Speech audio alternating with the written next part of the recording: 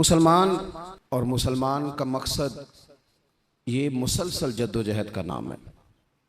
मुसलसल कोशिश में रहना, अपनी रूहानी तरक्की के लिए भी, मुआशी तरक्की के लिए भी, दीनी उरूज के लिए भी, इस्लामी इक़दार के लिए मुसलसल कोशिश में रहना।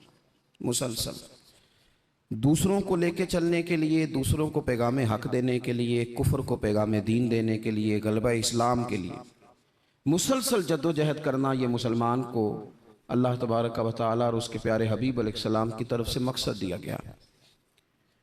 कुंतुम खैरा उम्मतिन उखरिजत लिन्नास, तुम बेहतरीन उम्मत हो, लेकिन याद रखना तुम्हें लोगों के नफ़े के लिए पैदा किया गया। तअमुरूना बिल मारूफ व तनहौना अनिल मुनकर, तुमने लोगों को मारूफ का हुक्म देना है और मुनकरात से मना करना। मकसूद अगर ज़िंदगी में कुछ हो फिर ज़िंदगी सही गुजरती है। बेमकसद जब ये लोग ज़िंदगी गुजारते हैं तो आहिस्ता आहिस्ता परेशान रहने लग जाते हैं। मकासद क्या थे? मकसद ये था कि मैंने ना 2-4 करोड़ रुपया ज़िंदगी में जमा करना है, तो हो गया जमा, अब क्या करे? अब परेशान रहने लग गया। अब कहता है पता नहीं सारा कुछ है, मेरा दिल ही नहीं लगता। मकसद इसका ये था कि मैंने ना बहुत अच्छी बिल्डिंग बनानी है, बेहतरीन मकान बनाना है, तो बन गया मकान। अब भाई ये छोटे मकासद थे। मैंने मुल्क से बाहर जाना है, जाके सेट होना है, तो हो गया सेट। अब मकासद जब तक बड़ा नहीं होता, मुसलमान मकसद हयात को जब तक पहुंचता नहीं और जब तक वो सही डायरेक्शन पर चढ़ता नहीं, उतनी देर वो परेशान है। वो टामक तो यहाँ ज़रूर मारता है, वो वाली बीमारियां ढूंढ के ले आता है जो दरअसल उसकी बीमारियां हैं ही नहीं। वो ढूंढता चूंकि उन चीज़ों को है, फिर इलाज भी उन्हीं का करता रहता है। याद रखें, ज़िंदगी बामकसद बनाएं। मकसद क्या हो? निरी रोटी कमाना मकसद ना हो, रोटी कमाएं भी और लोगों को खिलाएं भी। आप अगर इसलिए माल बढ़ाएंगे कि मैं मालदार हो जाऊं, तो ये तो महमूद नहीं, ये प्यारा नहीं आपका ये नज़रिया। लेकिन अगर माल इसलिए कमाएं कि या अल्लाह पैसे देना, पर मुझे तरीका भी हज़रत उस्मान गनी वाला देना, मुझे सलीका हज़रत अब्दुर्रहमान इब्ने औफ वाला देना। आप अगर मकसद के तहत ज़िंदगी गुजारेंगे तो बेचैन नहीं रहेंगे। अगर आपका कोई मकसद है, आप अगर सहाबाए किराम अलैहिम रिदवान की मुक़द्दस ज़िंदगियों को देखें तो कोई मकसद था, कुछ पीछे था जिसके लिए वो जद्दोजहद कर रहे थे। हज़रत मौला अली शेर खुदा करमल्लाहु ताला वजहुल करीम, एक बात करता हूँ, एक मिसाल देता हूँ। हज़रत अली शेर खुदा का शुमार बज़ाहिर अभी बच्चों में होता था जब कलमा पढ़ा, और जब सारी बरादरी इकट्ठी थी और हुजूर ने फरमाया मैं अल्लाह का रसूल हूँ, कौन कौन मेरे साथ दीन की मदद करेगा, कौन मुश्किल वक्त में हिफाजत करेगा, तो सब चुप रहे। हज़रत अली उठ के खड़े हो गए, कहा या रसूल अल्लाह, मैं मुहाफिज भी बनूंगा और दीन का मददगार भी बनूंगा। अब एक मकसद बना लिया है कि मैंने तलवार लेनी है, मैंने दीन की हिफाजत करनी है, मैंने ये काम करना। एक मकसद तो है ना यार, एक प्रोग्राम बना लिया है। अब हज़रत मौला अली शेर खुदा हर मैदान में पहली साफ में नजर आए। एक मौका ऐसा आया जहां मेरे हबीब अलैहिस्सलाम ने फरमाया कि अली, तुम मदीने में मेरे पीछे रहो, बच्चे हैं, औरतें हैं, निगहबानी है, और मैं इसलिए इसी तरह तुम्हें छोड़ के जा रहा हूँ जिस तरह हज़रत मूसा अलैहिस्सलाम जनाब हारून को छोड़ के गए थे, मगर ये कि मेरे बाद नबी कोई नहीं। एक मौके पर सिर्फ छोड़ के गए, जिहाद पे साथ नहीं लेके गए, तो हज़रत अली रोने लगे। अल्लाह करे आपको समझ आए मेरी बात की। बच्चा हमारा भी रोता है, पर वो कहता मैंने सैर के लिए जाना है। मकसूद कुछ और बना लिया है ना। पैसे हमारे बच्चे भी मांगते हैं, पर वो कहते हैं कि टूर जा रहा है, मैंने साथ जाना है। हमें भी रोना आता है कई दफ़ा, लेकिन वो जो पार्टी हमने काबू करनी थी वो कोई और करके ले गया। ये तो ग्राहक मेरा था, ये दाएं बाएं कैसे निकल गया। रोना तक आ जाता है, उनका भी रोना था। अर्ज की या रसूलल्लाह सल्लल्लाहु अलैहि वसल्लम, आप मुझे बच्चों और औरतों पर छोड़ कर जा रहे हैं? तो हुजूर सल्लल्लाहु ताला अलैहि वसल्लम ने फरमाया, अली उसी तरह छोड़ के जा रहा हूँ जिस तरह हज़रत हारून को जनाब मूसा कलीम छोड़ के गए थे। भाई एक मकसूद था कि मैंने मैदान में रहना है, एक इरादा किया था, एक प्रोग्राम बनाया, फिर सारी ज़िंदगी वो मैदान में रहे। उनको जब खंजर लगा ना कूफे की जामे मस्जिद के करीब, तो बंदे को तकलीफ़ होती है तो वो हाय करता है, बेटे को आवाज़ देता है, नसीहतें लिखवाता है। लेकिन मौला अली को खंजर लगा तो क्या कहते हैं? कहते हैं फुज़्तु बिरब्बिल काबा, लो भाई लोगो रब्बे काबा की कसम, आज मैं कामयाब हो गया हूँ। एक मकसूद बनाया था ना, आज मैं उस मकसूद तक पहुँच गया हूँ। यार कोई मकसद तो हो। लो सुनो बात, बुखारी में मौजूद है, एक खातून थी जो मस्जिद नबवी शरीफ में झाड़ू देती थी। मुश्किल काम है? चलें आप बताएं मुझे, मस्जिद के अंदर झाड़ू देना आसान है कि मस्जिद का सदर बनना आसान है? नहीं, सदर बनना ही सौखा दे, इसलिए कि सदर बन के करना कुछ नहीं ना, आर्डर ही जारी करना है, इल्ला माशाअल्लाह अच्छे लोगों की बात नहीं करता। इसलिए अच्छा ज़्यादा अजर वाला काम तो ये ना कि अल्लाह का घर साफ किया जाए। मैंने तो उलमा से कई जगह कहा है कि इस ओहदे का ना आप कोई नाम बदल दें, इस सीट का निगरान कर दें, सरपरस्त कर दें, क्योंकि जब सदर आप कह देते हैं ना तो सदर पाकिस्तान का सबसे बड़ा आईनी ओहदा है, और सदर अगर बाइख्तियार हो तो पहला काम असेंबलियां तोड़ने का करता है, तो फिर मुश्किल हो जाएगी। एक खातून मस्जिद नबवी शरीफ में झाड़ू देती थी, कोई मकसद तो है ना यार, यानी जुमे वाले दिन मैंने झाड़ू देना है, कोई मकसद तो है। मैंने यार अल्लाह के घर, अल्लाह का घर समझ के, कमेटी की मस्जिद समझ के नहीं, मोहल्ले की मस्जिद समझ के नहीं, रब का घर समझ के मैंने यार वो वाशरूम साफ करने हैं जिनके अंदर लोग गुजरते हैं और नमाज के लिए अपने आप को तैयार करके लोग वुजू से फारिग होकर के आते हैं। एक मकसूद है, एक इरादा कर लिया है, कोई प्रोग्राम तो हो, ऐसे मोहम्मद फजूल वक्त गुजरता जाए। यानी हमारे यहाँ ना कुछ लोग कहते हैं मैं बोर बड़ा होता हूँ। आपने नाराज नहीं होना, मैं सैकड़ों और हजारों लोगों को जानता हूं जो उनसे पूछना क्या कर रहे हैं तो कहते हैं टाइम पास कर रहा हूं। तो मैं कहता हूं आपने टाइम को बिल्कुल फजूल समझ लिया है। क्या समझते हैं आप जिंदगी के लम्हात इतने फारिग हैं? और नबी पाक सल्लल्लाहु अलैहि वसल्लम ने फरमाया दो नेमतें ऐसी हैं जिनके बारे में बहुत सारे लोग धोखे में। दो नेमतें, नेमतें कहा हुजूर ने, नेमतान, दो नेमतें ऐसी हैं जिसके बारे में लोग धोखे में पड़ गए, उन्हें समझ ही नहीं आई कि हमारे पास नेमत या रसूलल्लाह कौन सी। हुजूर ने फरमाया एक सेहत और एक फुर्सत, एक सेहत और एक फुर्सत। अल्लाह ने फारिग वक्त दिया था कि बहुत सारे कुरान पाक पढ़ सकता था, दरूद पाक पढ़ सकता था, कोई काम कर सकता था, लेकिन बस उस चौक में गुजर गया, उस गली में वक्त गुजर गया, फलाने की बातें करते वक्त गुजर गया, मेलों ठेलों में गुजर गया, शुगर मेलों में गुजर गया, कोई ठंडे इलाके की सैर में गुजर गया, जो बचा था वो मोबाइल पे गुजर गया। बीत गए औकात हमारे।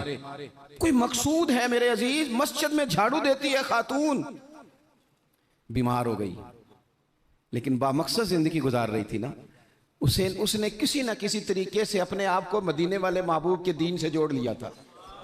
झाड़ू देती थी मस्जिद में, बीमार हो गई। कुर्बान जाएं रसूल कायनात यानी अल्लाह की रहमत कामिला, हुजूर खुद चल के तीमारदारी करने तशरीफ ले गए और फरमाया अगर ये इंतकाल कर जाए तो मुझे खबर जरूर करना। सहाबा फरमाते हैं रात का वक्त था, ठंड का मौसम था, और हुक्म भी ये था कि जब कोई इंतकाल कर जाए तो जल्दी तदफीन कर दो। हमने हुजूर को तकलीफ देना मुनासिब ना समझा, गुस्ल कफन का बंदोबस्त हुआ, जनाजा पड़ा, दफन कर दिया। इसने कुछ किया है, इसने ना दीन के साथ कुछ ताल्लुक बनाया है। अल्लाह हमारा भी नाम झाड़ू देने वालों में लिख दे। कोई ताल्लुक तो इसने बनाया है ना, कहीं किसी कोने में जाके इसने रिश्ता दीन से जोड़ा है। हुजूर सैयद आलम अलैहिस्सलाम सुबह तशरीफ लाए तो सारा कुछ जानने वाले महबूब पूछने लगे तुमने मुझे बताया क्यों नहीं? ये भी एजाज के लिए है, वरना अल्लमा का मालम तकुन तालम। हुजूर सैयद आलम अलैहिस्सलाम ने फरमाया क्यों नहीं बताया? कुर्बान जाएं, मर जाने को जी चाहता है इस अदा पर, सारी कायनात जाए हुजूर के रोज़ा नूर पर। और नबी पाक ने पूछा बताया क्यों नहीं? या रसूलल्लाह रात थी, तकलीफ देना मुनासिब नहीं समझा। ओ बूढ़ी अम्मा तेरे नसीबों पे हमारे माँ बाप कुर्बान हो। हुजूर फरमाने लगे मुझे बताओ उसकी कब्र कहाँ है? मैं यानी हुजूर किसी की कब्र पे आ जाए, अल्लाह की सारी रहमतें आ गई।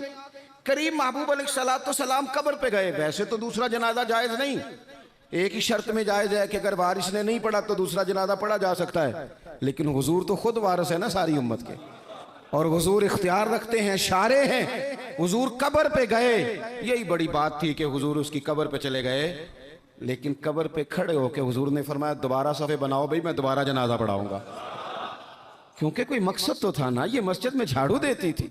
आखिरी वेले मेरी आँखियाँ राह तकना है तेरा, तेरा ते कुछ भी नहीं जाना सजना, पा जावें जे फेरा ते सौखा निकले सावे ज़हूरी जे वेख लवा मुख तेरा। हुजूर तशरीफ ले आए, खुद तशरीफ ले आए और कब्र मुबारक पर खड़े होके दोबारा जनाजा पढ़ाए। नौजवानों बड़ा वक्त ज़ाया हो गया, बड़ा हमने ज़िंदगी में जो सबसे ज़्यादा चीज़ ज़ाया की है वो वक्त है। याद रखना, मुझे न बताना, किसी दोस्त को न बताना, लेकिन अपने आप से ज़रूर सवाल करना कि ज़िंदगी में हमें जितनी नाकामियाँ मिली हैं ना, उसकी असल वजह यह है कि हमने वक्त ज़ाया किया और बड़ा ज़ाया किया। हम एक तो मकसद नहीं बना सके, दूसरा अपने वक्त को सही मैनेज नहीं कर सके। हम बड़ा कुछ कर सकते थे, अल्लाह तबारक व तआला ने सलाहियत दी थी, बहुत सारे काम हम अपने ज़िम्मे लेते तो कर जाते, लेकिन वक्त ज़ाया किया। इमाम बहकी ने हदीस लिखी है, मेरे रसूल पाक सल्लल्लाहु ताला अलैहि वसल्लम ने इरशाद फरमाया, जब सुबह दिन चढ़ता है ना तो दिन ऐलान करता है, वो दिन ऐलान करता है, कहता है मैं आज आया हूं, आज के बाद नहीं आऊंगा, आज के बाद नहीं आऊंगा। कुछ करना है तो कर लो, आज जो दिन आया है ना, आज ये कयामत तक दोबारा वापिस नहीं आएगा। कुछ कर लो। जिसने आज तिलावत नहीं की उसका ये दिन बगैर तिलावत के गुजर गया। मेरे अजीज, जिसने आज दरूद पाक नहीं ना पढ़ा, हुजूर को याद नहीं किया, उसका ये दिन गुजर गया बगैर दरूद पाक। जिसने आज सजदों की कसरत नहीं की, ये दिन बीत गया। दिन कहता है दोबारा नहीं आऊंगा। हजरत उमर बिन अब्दुल अजीज रहमतुल्लाह अलैह से किसी ने कहा, हुजूर ये काम रहने दें, कल कर लेंगे। तो आप फरमाने लगे, अगर ये काम कल करूंगा तो जो काम कल करने हैं वो कब करूंगा? ये कल पे डाल दूंगा तो जो काम कल करने वो फिर कब करूंगा? वो कल वाला दिन भी फिर इसी तरह गुजर जाएगा। 39 साल उम्र पाई हजरत उमर बिन अब्दुल अजीज ने। कितनी? हल्का सा बोलिएगा। 1 कम 40, 1 का 39 साल उम्र। पिछले बादशाह जालिम थे, ये उनके जुल्म भी हो गए। अवाम के साथ बड़ी जगह पे वो खैर नहीं कर पाते थे, जनाब उमर वो खैर भी कर गए। हजरत उमर बिन अब्दुल अजीज रहमतुल्लाह अलैह सारा हुकूमत का नक्शा भी बदल गए। ये 20 कुरान भी पढ़ गए और करोड़ों दफा मदीने वाले पे दुरूद और सलाम भी भेज के चले गए। उम्र 39 साल पाई, उम्र 39 साल पाई। बीत गया हमारा वक्त। पीछे पलट के देखते हैं तो बड़ा कुछ ज़ाया कर आए। मजीद ना करना, मजीद ना करना। अपने अगर हम चाहते हैं मुआशरा इस्लाह पजीर हो तो एक तो बामकसद, दूसरा वक्त बिल्कुल किसी मौके पे ज़ाया नहीं करें, किसी मौके। इमाम शाफी रहमतुल्लाह अलैह फरमाया करते थे, मैंने सूफिया से एक बात सीखी है जिसने मुझे बड़ा नफ़ा दिया है। हुजूर वो क्या है? आप फरमाते हैं, सूफिया फरमाया करते हैं कि वक्त एक तलवार है, इसे अपने हाथ में कर लो तो बड़ी मुश्किलात काट डालोगे, और अगर तुमने इसको अपने हाथ में ना किया तो फिर वक्त तो तलवार ही है, ये तुम्हें काट डालेगा, फिर तुम कट जाओ। जवान बिलखुसूस ये टाइम पास ये निकाल दें। मिजाज बन गया है हमारा शुगल मेले का। गप्पे घंटों भी हों तो वक्त का पता नहीं चलता। शुगल मेले का, मैं आपको पता है हम गुलाम हैं औलिया के, हम सूफिया के नज़रियात को कुरान और सुन्नत की तर्जुमानी समझते हैं। लेकिन ये कि आपने नहीं देखा होगा कि 20 लोग इकट्ठे होकर किसी जगह एक गली से निकले हों, कोई पूछे किधर जा रहे हो तो कहें हम जुमा पढ़ने जा रहे हैं मस्जिद में। 20 होके नहीं निकलते। लेकिन अगर ठंडे इलाके में सैर करने जाना हो तो 20 की बस भर जाती है कि नहीं? अगर कहीं फलानी जगह मेला लगा हुआ है तो फिर 2-3 गलियों से बसें भर जाती हैं कि नहीं? मैं अक्सर कहता हूं कि आपने शुगल मेला बना लिया है मज़ारात को। शुगल मेला, सारे रास्ते में नमाज नहीं पढ़ी। क्या मिजाज, वक्त को जाया कर रहे हैं और बड़ा ज्यादा कर रहे हैं, और ये पलट कर हाथ नहीं आएगा। जिन लोगों ने काम किया, हमारा 1000 हा इख्तलाफ है यूरोप के साथ, पर ये बात तो मान जाओ ना, उन्होंने अपना वक्त मैनेज कर लिया है, मैनेज कर लिया। हम अभी तक हैं, बहुत सारी चीजें हैं, नारों में जिंदा हैं, उन्होंने मैनेज तो किया है। तीसरी बात मेरे अजीज, इस्लाह माशरा के लिए जो बड़ी अहम और बड़ी ज़रूरी है वो ये है कि तरजीहात का तयन करें ज़िंदगी में। मेरी दरअसल तरजीह क्या है, असल मकसूद क्या है। ये हमारे मजहबी इज्तिमात होते हैं, मुझसे लोग वक्त लेने के लिए आते हैं, बड़े अच्छे लोग होते हैं, खैर के लिए आए हैं, वरना हमें कौन पूछता है। तो मैं कई दफ़ा पूछता हूँ दोस्तों से कि जो आप महफिल करा रहे हैं तो कोई पस मंज़र भी तो बयान करें ना, मकसूद क्या है। चलें इतना ही कह दें कि सवाब की नीयत से करा रहे हैं, अल्लाह में अजर देगा, लेकिन ये कि मकसूद ही नहीं पता। जवानों की बड़ी बड़ी जमातें बनी हुई हैं, मकसूद का ही नहीं पता दरअसल जाना किस तरफ। अपनी जिंदगी में तरजीहात, और जब तरजीहात तय करें तो जरूरियात को आगे रखें, फराइज को हमेशा आगे रखें। जो फराइज हैं, जो वाजिबात हैं, उनको हमेशा पहला दर्जा दें। बहरहाल महफिल कराना मुस्तहब है और नमाज पढ़ना, आहिस्ता क्यों बोलते हैं आप, नमाज पढ़ना ख़त्म शरीफ दिलाना बहरहाल मुस्ताहब है, लेकिन सही कुरान पाक पढ़ना सीखना ज़रूरी है। जो ज़्यादा ज़रूरी है वो क्यों नहीं कर रहे? तरजीहात अगर आप ले आएंगे ना, मैं बहुत सारे लोगों को जानता हूँ तवज्जो से ख़त्म दिलाते हैं। हमें भी कहते हैं मौलाना इस दफ़ा अब्बा जी के ख़त्म पे आपकी बारी है, पिछले साल फलाने को बुलाया था, उससे पिछले साल फलाने को। भाई आप नमाज पढ़ते हैं? कहते हैं आप दुआ करें, आप दुआ करें मैं शुरू कर दूं। तो मैं कहता हूं अगर नमाज की दुआ करानी है घर बैठे बैठे मुझसे, तो ख़त्म की दुआ नहीं घर बैठे बैठे हो जाती, वो भी कर देता हूं। यहीं से अल्लाह ताला उनको उनकी मगफिरत फरमाए। तरजीहात हमेशा आपके जो ज़रूरी काम है, याद रख लें, आपके मदरसा बड़ा ज़रूरी है। मैं किसी की तारीफ़ बड़ा कम करता हूँ, इसलिए कि तारीफ़ खुशामद बन जाती है तो बंदा मुश्किल में आ जाता है। लेकिन अभी मैं आया हूँ ना, तो यहाँ बच्चे साथ कुरान पाक पढ़ रहे थे। मेरे आशिया ख्याल में ये बात भी आ सकती थी कि कारी साहब ने, हजरत साहब ने छुट्टी क्यों नहीं कराई, मस्जिद में महफिल है। लेकिन आप यकीन करें कि मेरा दिल इतना ठंडा है, मैंने कहा ये बिल्कुल सही कर रहे हैं, इनको पढ़ना ही चाहिए। ये जो काम इनके लिए ज़्यादा ज़रूरी है, इनके घर वालों ने जिगर के टुकड़े दिए पढ़ाने के लिए, तो जो जिस काम के लिए भेजे हैं वो काम जरूरी है, वही नहीं करना चाहिए। तरजीहात तो तय करे मेरे भाई। दरअसल तरजीह क्या है? हजरत तलहा रज़ी अल्लाह तआला अन्हु फरमाते हैं, एक बद्दू हुजूर की बारगाह में आया, सादा बंदा, बाल बिखरे हुए, हालत बड़ी परागंदा, मिशकात में हदीस है। उसने आन करके अर्ज की, या रसूल अल्लाह सल्लल्लाहु तआला अलैहि वसल्लम, हुजूर मुझे बताइए इस्लाम क्या है, इस्लामी अहकामात बताएं। तो हुजूर ने कलमा शहादत के बाद फरमाया कि वक्त पर नमाज पढ़ना, दिन और रात में 5 नमाजें तेरे ऊपर जरूरी हैं। उसने अर्ज की, हुजूर कुछ नफल भी पढ़ूं? तो फरमाया अगर तो अपनी तरफ से पढ़े तो बड़ा ही अच्छा है। उसने कहा, उसके बाद फरमाया साल में 1 महीने के रोजे रखना। अर्ज की, हुजूर कुछ नफली भी रखूं? फरमाया रखे तो बड़ा बेहतर है। फिर फरमाया हज फर्ज हो जाए तो पहली फुर्सत में करना। हुजूर कुछ साथ नफली भी करूं? फरमाया करे तो अच्छा है। फिर फरमाया ज़कात दे, ज़कात। उसने अर्ज की, या रसूल अल्लाह सल्लल्लाहु तआला अलैहि वसल्लम कुछ नफली सदकात भी करूं? फरमाया करे तो बड़ा अच्छा है। उसने ये बातें सुन के ना सिर्फ फराइज की तालीम दी, फराइज की। आज जो खतीब मुझे और आपको नुक्ते सुनाए, हम तवज्जो से सुनते हैं, और अगर फजर में इमाम साहब वुजू के मसले बताएं तो कहते हैं एडा आलम ही नहीं। आलम थे उसे जिनने कल बड़ी ऊंची तकरीर की थी। अगर वो आपको गुस्ल का तरीका बताए तो लोग कहते हैं ये तो इल्म की शायद बात ही नहीं। वो नुक्ता बयान करने वाला, वो जिसकी आवाज़ ज़्यादा बुलंद हो रही थी। आवाज़ बुलंद होना ज़्यादा ज़रूरी नहीं होता, दलाइल बुलंद होना ज़रूरी होता है। आपकी दलील कितनी मजबूत है ये ज़्यादा अहम है। तो अल्लाह के महबूब अलैहिस्सलाम ने फरमाया फ़र्ज नमाज पढ़, ज़कात दे, रमज़ान के रोज़े रख, हज कर। हुजूर सैयद आलम सल्लल्लाहु तआला अलैहि वसल्लम ने ये तरजीहात बताई। वो शख्स पता है हुजूर से क्या कहता है? कहता है, या रसूलल्लाह जो मैंने आपसे सुना है ना कमी करूँगा ना इजाफा करूँगा। गोया वो मान गया कि मैं तरजीह दूंगा फराइज को। तो रसूल पाक सल्लल्लाहु अलैहि वसल्लम ने फरमाया, सहाबा की तरफ देख के फरमाया, अगर ये जो कह रहा है उस पर डटा रहा, जो इसने कहा है अगर वो सच किया इसने, तो फरमाया फिर ये बंदा कामयाब हो जाएगा, फिर ये फलाह पा जाए।